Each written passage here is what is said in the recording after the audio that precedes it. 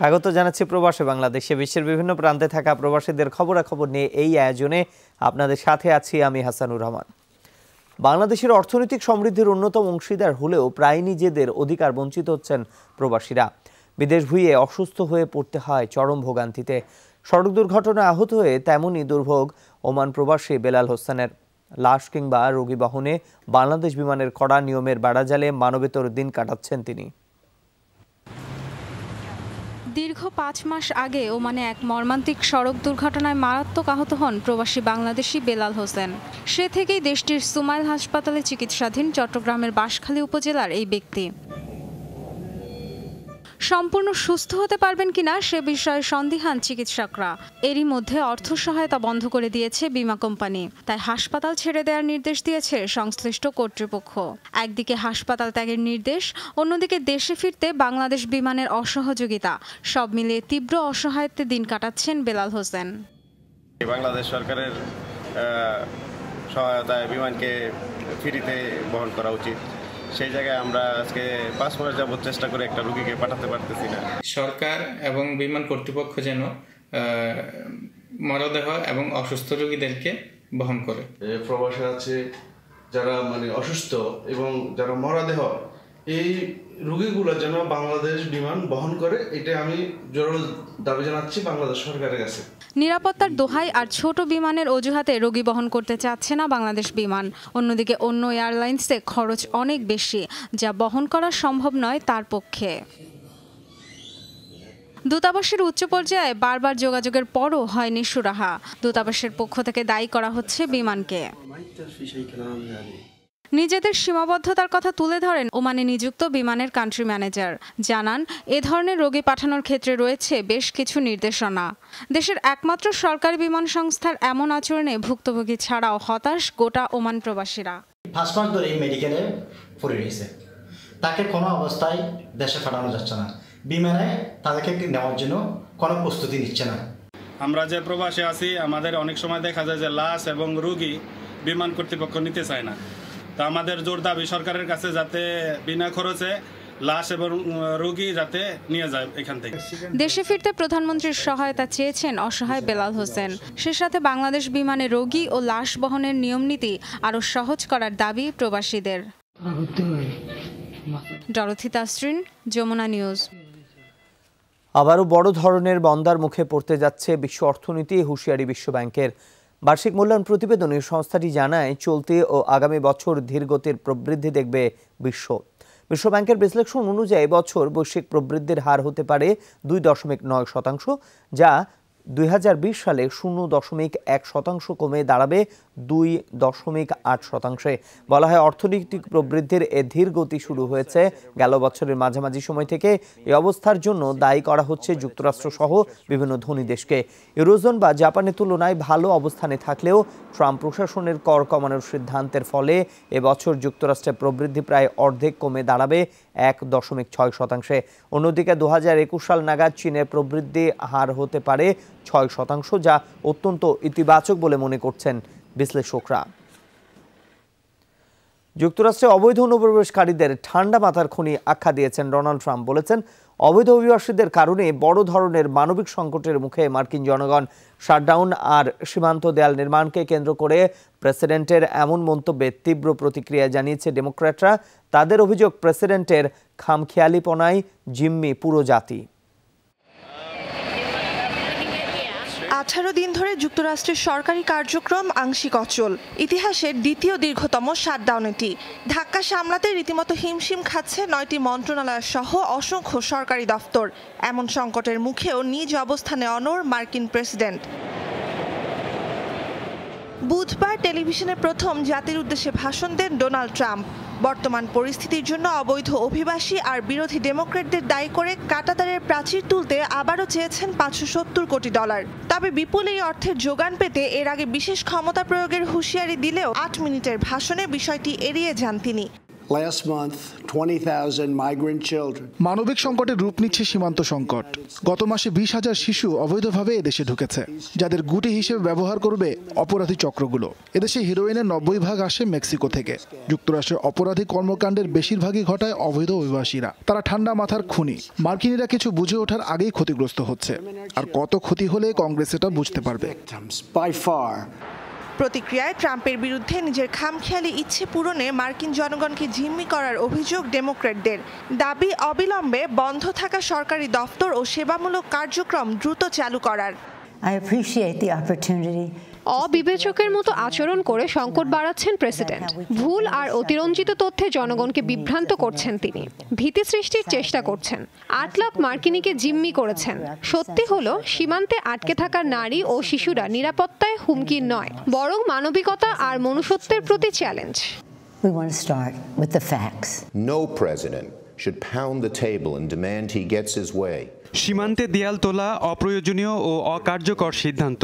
মেক্সিকোকে ব্যবহার করতে চেয়েছিলেন, ব্যর্থ হয়েছেন। এখন কংগ্রেসকে চাপ দিচ্ছেন ট্রাম্প। মার্কিনীদের কষ্টার্জিত অর্থ হাতানোর পাঁয়তারা করছেন। এটা প্রেসিডেন্ট সুলভ আচরণ নয়। তিনি বোঝেন না যে শাটডাউন আর সীমান্ত রক্ষা দুটো ভিন্ন ব্যাপার। খেয়ালের বশে দেশ শাসনকে গণতন্ত্র বলে না। Democrats and the president. তহবিলে কংগ্রেসের অনুমোদন পেতে বিরোধীদের ওপর চাপ বাড়াতে ক্যাপিটল হিলে রিপাবলিকান সিনেটরদের নিয়ে বুধবার সমাবেশ করবেন ট্রাম্প। বৃহস্পতিবার পরিদর্শন করবেন সীমান্ত এলাকা। নুজহাত কামাল, যমুনা নিউজ। প্রবাসী বাংলাদেশের এ পর্যায়ে একটা বিরতি নিচ্ছি, ফিরছি একটু পরে, আমাদের সঙ্গেই থাকুন।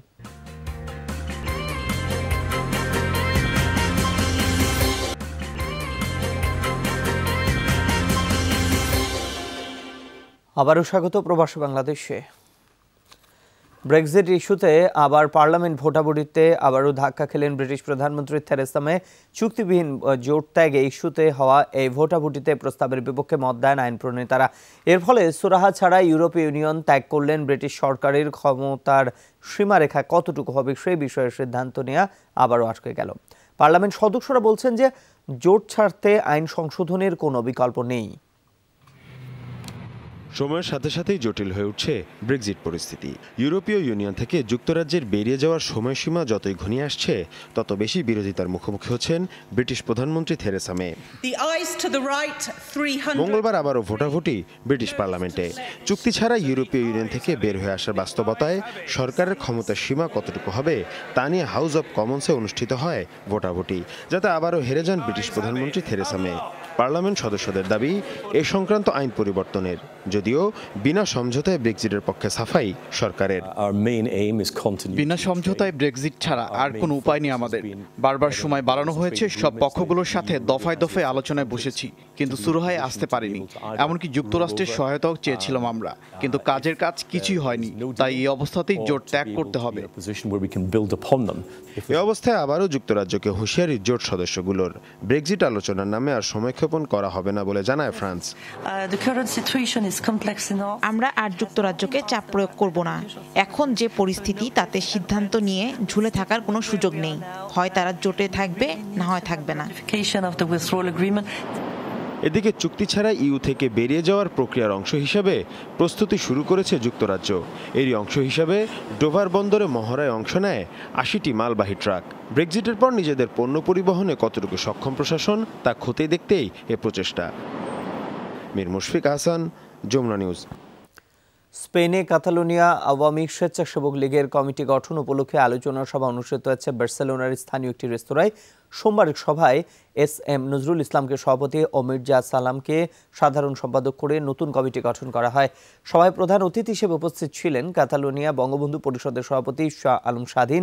আওয়ামী লীগ নেতৃত্বাধীন মহাজোটকে একাদশ জাতীয় সংসদ নির্বাচনে বিজয়ী করায় বাংলাদেশের জনগণের প্রতি কৃতজ্ঞতা জানান বক্তারা। শেখ হাসিনার নেতৃত্বে গঠিত নতুন সরকারকে অভিনন্দন জানান তারা। সভায় বিশেষ অতিথি হিসেবে উপস্থিত ছিলেন কাতালোনিয়া আওয়ামী লীগের সাবেক উপদেষ্টা সোভান মিয়া, বঙ্গবন্ধু পরিষদের সহ সভাপতি মোহাম্মদ হানিফ শরীফ, সাধারণ সম্পাদক মনিরুজ্জামান সোহেল, কাতালোনিয়া যুবলীগের সভাপতি আমির হোসেন আমু সহ অনেকে। আলোচনা সভা শেষে করা হয় বিশেষ মোনাজাত।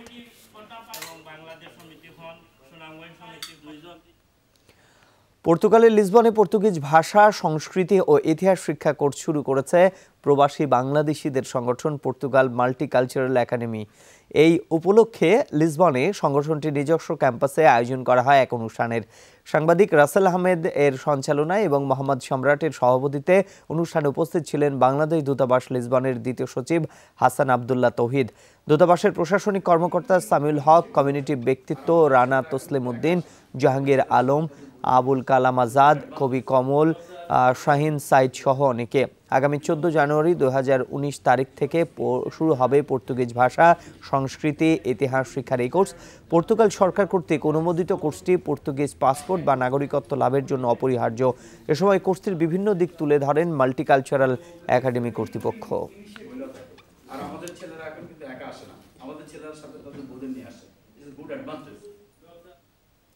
প্রবাসী বাংলাদেশের এ পর্যায়ে আরও একটা বিরতি নিচ্ছে, ফিরছে একটু পরে, আমাদের সঙ্গেই থাকুন।